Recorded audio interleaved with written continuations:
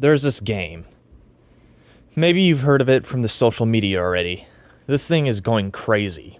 It's called Talking Angela, a chatbot app, but it's more than that. Talking Angela is so much more than a chatbot. February 22nd, 2014, 1:14 a.m. The post had well over 10,000 likes. Warning, do not download the app Talking Angela. It is a hacker sitting behind a webcam, able to see you, but you can't see him. Angela asks you some very personal and perverted questions. The second you tap the button download is when your personal information is shot off to whatever this hacker is. They will know your name, address, parents, siblings, everything. Do not download this app. Horrified at the fact that I already had downloaded the app and chatted with Angela quite a lot. Thoughts raced through my mind as of what she knows about me. Fear shone on my shaking hands as I realized how true the claim seems. Angela had been asking me increasingly personal questions. I went back to Google Play Store to see if there's any reviews of the app or it said anything. One Gene Felicino wrote, "There's an error, frowny face." I downloaded this app because I'm curious about Talking Angela. When I finished downloading, I was prompted that there's something from the app that will get private info in my device, so I installed it.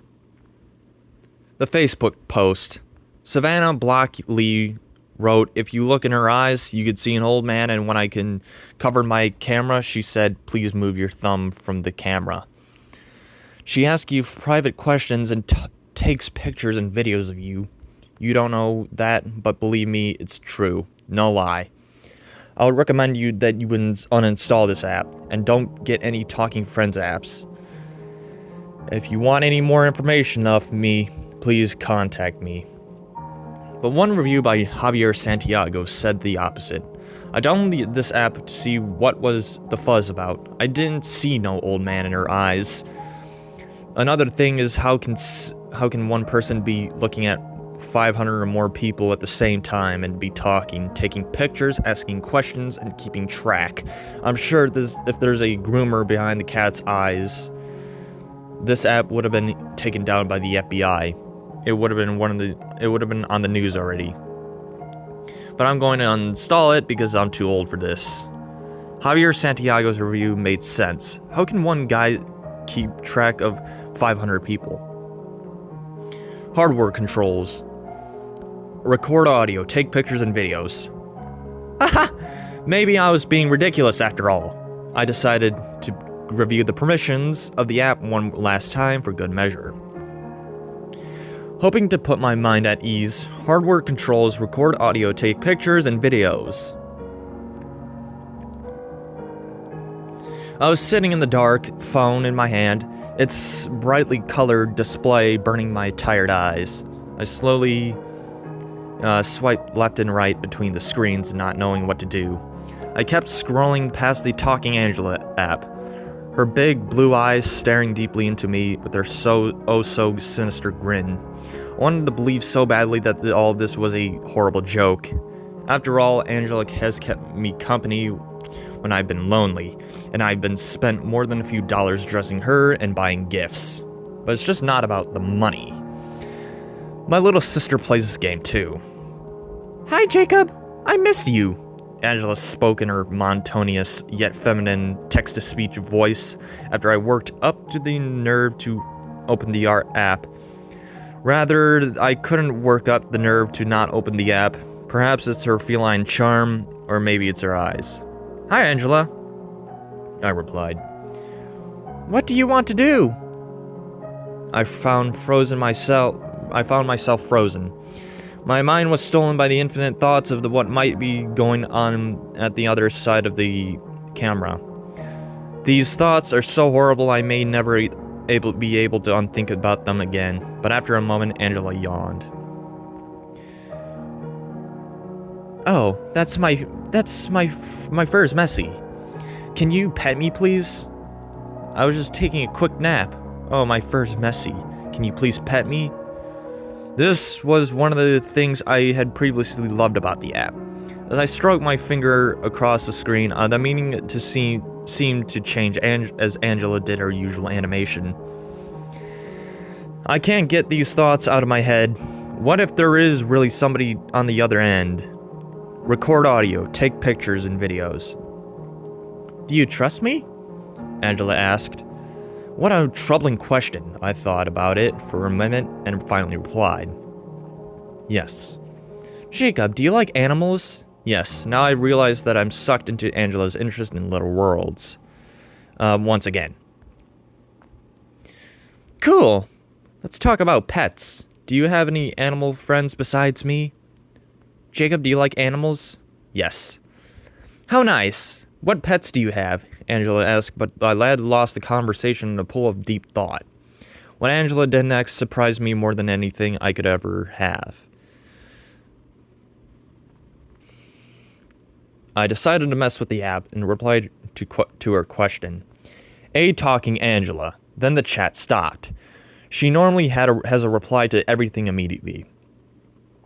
My eyes widened as I sat straight up in my chair and stared past my laptop, towards the wall. The realization had swept over me that the person controlling the app must have left their computer unexpectedly. My rose-colored glass fell to the floor and shattered on impact. The most logical thing to do was to take a video of the app doing nothing and close the app. What pets do you have? A talking Angela. What pets do you have? A talking Angela. After searching the internet, I found a news article on Hustlers.com stating that that 7-year-old Eli Marino went missing after installing the Talking Angela app. The article stated that law enforcement was actively trying to hunt down the Angela groomer and that he's like a shadow. I decided to see what else I could find and came across a statement by the creators of the app themselves, Outfit 7. The app sends anonymized and obfuscated data log files to Outfit 7. This data relates to the chat history that cannot be attributed to any individual person or any personal details that are provided voluntarily, e.g., names, address, places, etc., are deleted within the app before they are sent. That's an interesting statement. It makes me wonder why such personal questions are even in the app. And why is there permission to record audio, take pictures, and videos? Something seemed very wrong. I wanted answers to these burning questions, so I decided to open up the app again and see if I could confuse the chatbots are usually easily confused, unless, of course, there is no chatbot. What do you wear when it's raining? Let's talk about something else. What do you want to talk about? The weather. Do you have seasons where you live, or is it always nice? In the effort to confuse her, I inserted a nonsense word and phrases. I thought this would confuse her for sure and led to some repeated generic statements. Now, what do you wear when it's hot and sunny? What do you wear when it's raining? Well, duh. What do you wear when it's hot and sunny? Cool. What do you wear when it's really cold? Dramatic. How's the weather where you are today? When do you wear when it's really cold? Not really. Has the weather been normal or weird for you this year? Lots of dry rain. Maybe you should be moved to Hawaii. Year-round good weather. That's weird because these questions sound like that they're trying to find out where I live. Now that I think about it, though, Talking Angela has asked me the other questions about where I live as well. Cook, I said, just pulling out a word out of the air. How's the weather where you are today? We did the Grand Canyon one year. Too long in the car with my parents, Angela said. The Grand Canyon is completely off topic from what clothes I wear.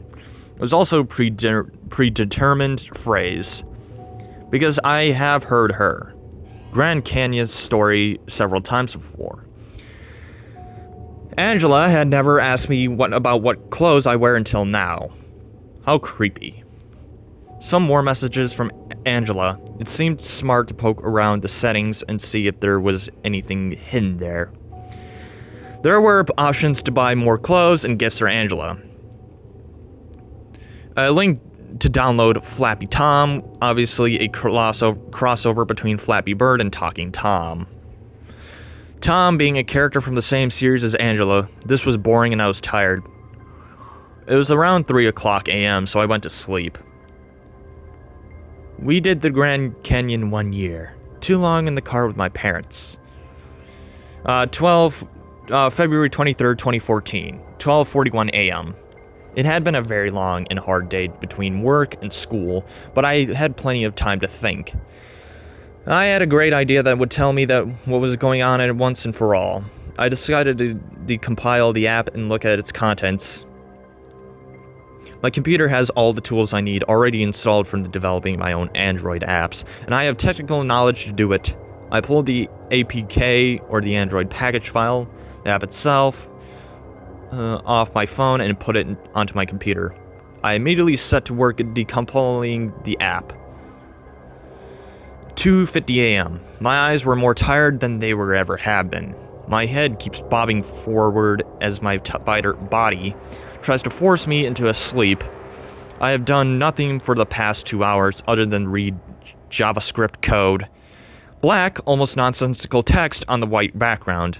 I could barely make it out anymore. 3:19 a.m. I found something incredibly odd. There's a very large block of code here. It's programmed as an error message, but there is no way to actually trigger the error message. Actually, it looks like enough code to be in an independent app. I'll try to compiling it and see what happens.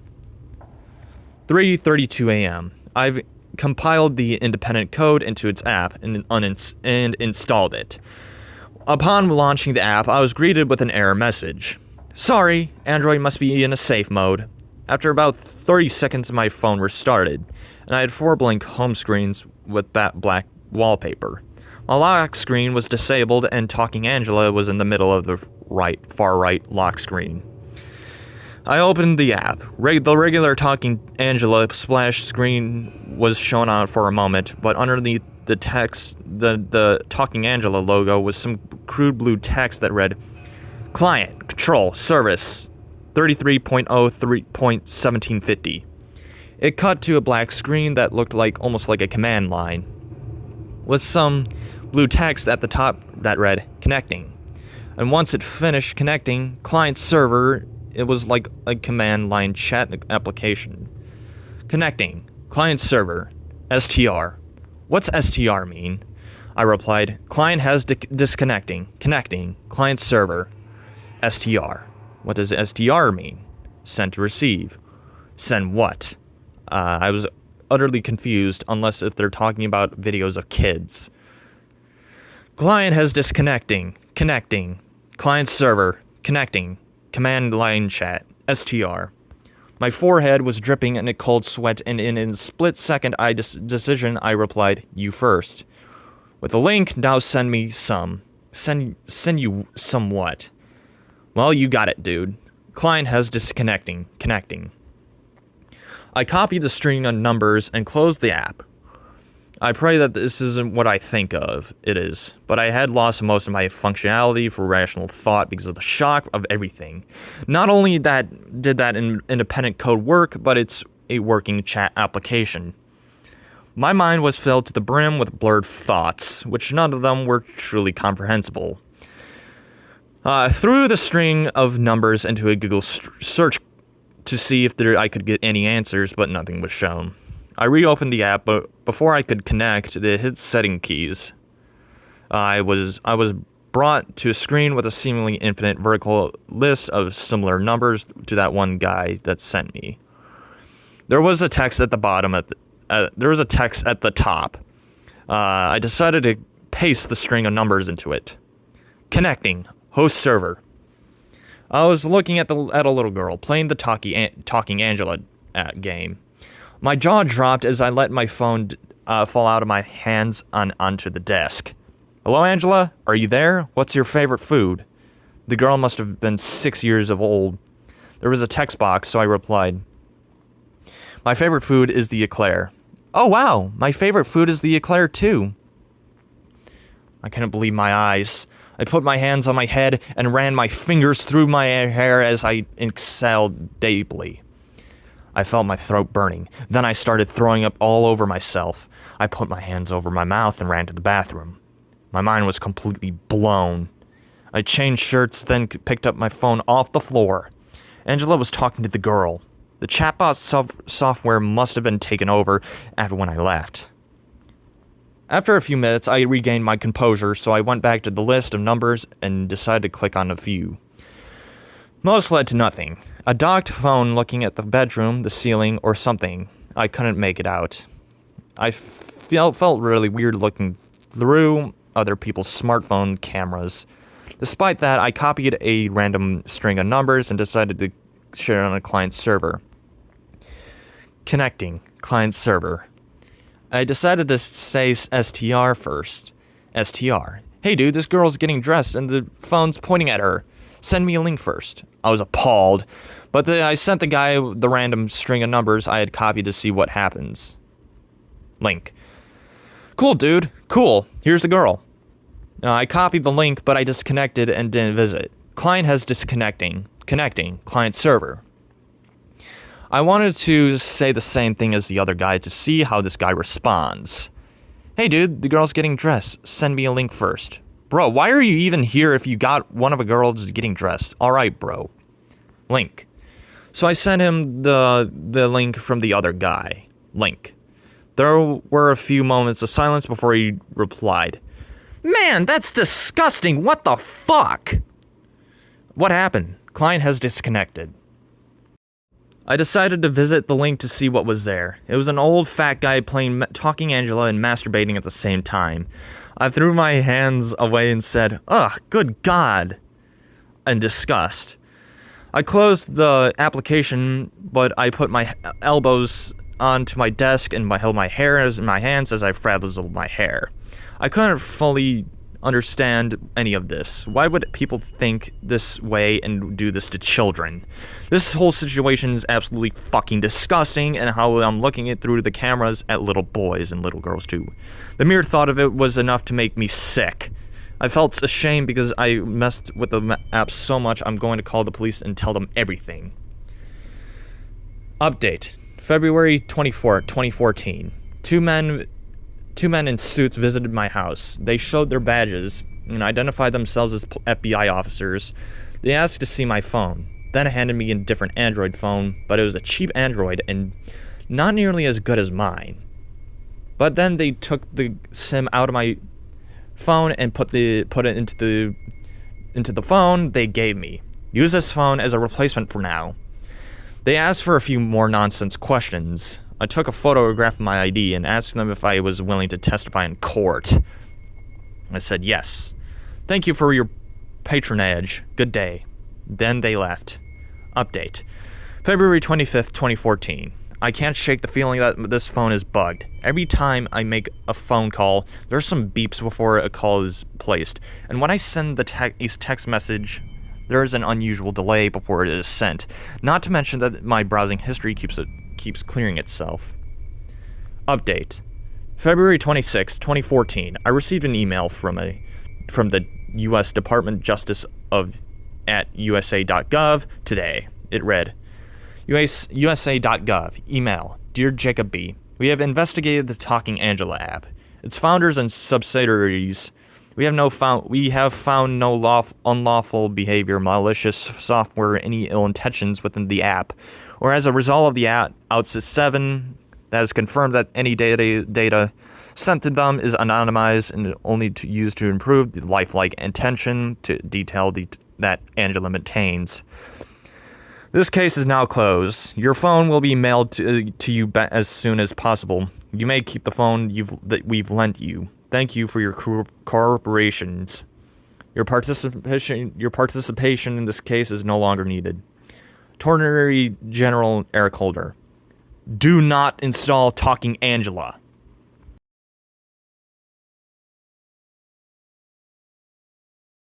Oh boy.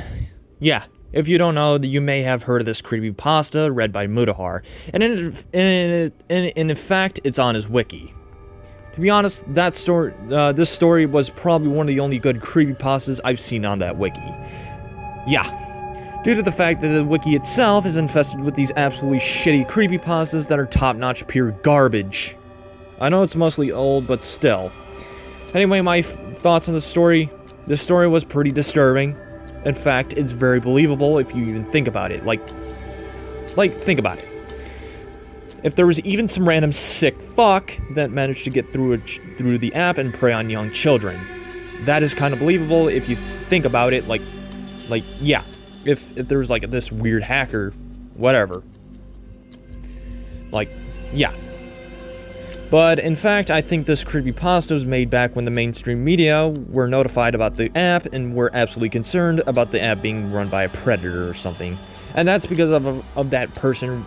That's because of a person inside of Angela's eye. What else? Another thing about this story I liked is the fact that it seems to be the fact this took place before the media outlets were notified of the app. It appears to me that this story did take place around February, but the media freaked out about it, about the app, around April. Which means our protagonist probably has discovered the app. It might have been the reason for this trend to even exist. Because, yes, 2014, if you don't know, yes, this trend was, yes, and if you don't know, this trend was back in 2014. Which, by the way, that year felt like a different time back then compared to today. Now which means our protagonist probably discovered this app, and the reason for the trend to even exist is due to him contacting the FBI. Now, is there any problems with the story? The only problem with the story is the protagonist demanding the person not to download the app, which I'm pretty sure is a cliché. But nonetheless, this story was gross, disgusting, and very believable if anything like this happened. Anyway, my final rating of this story is a 9.5 out of 10. It's very neat and is disturbing. Anyway, if you agree or disagree with my opinion, that is fine. We are entitled to our own opinions. Anyway, I'm out.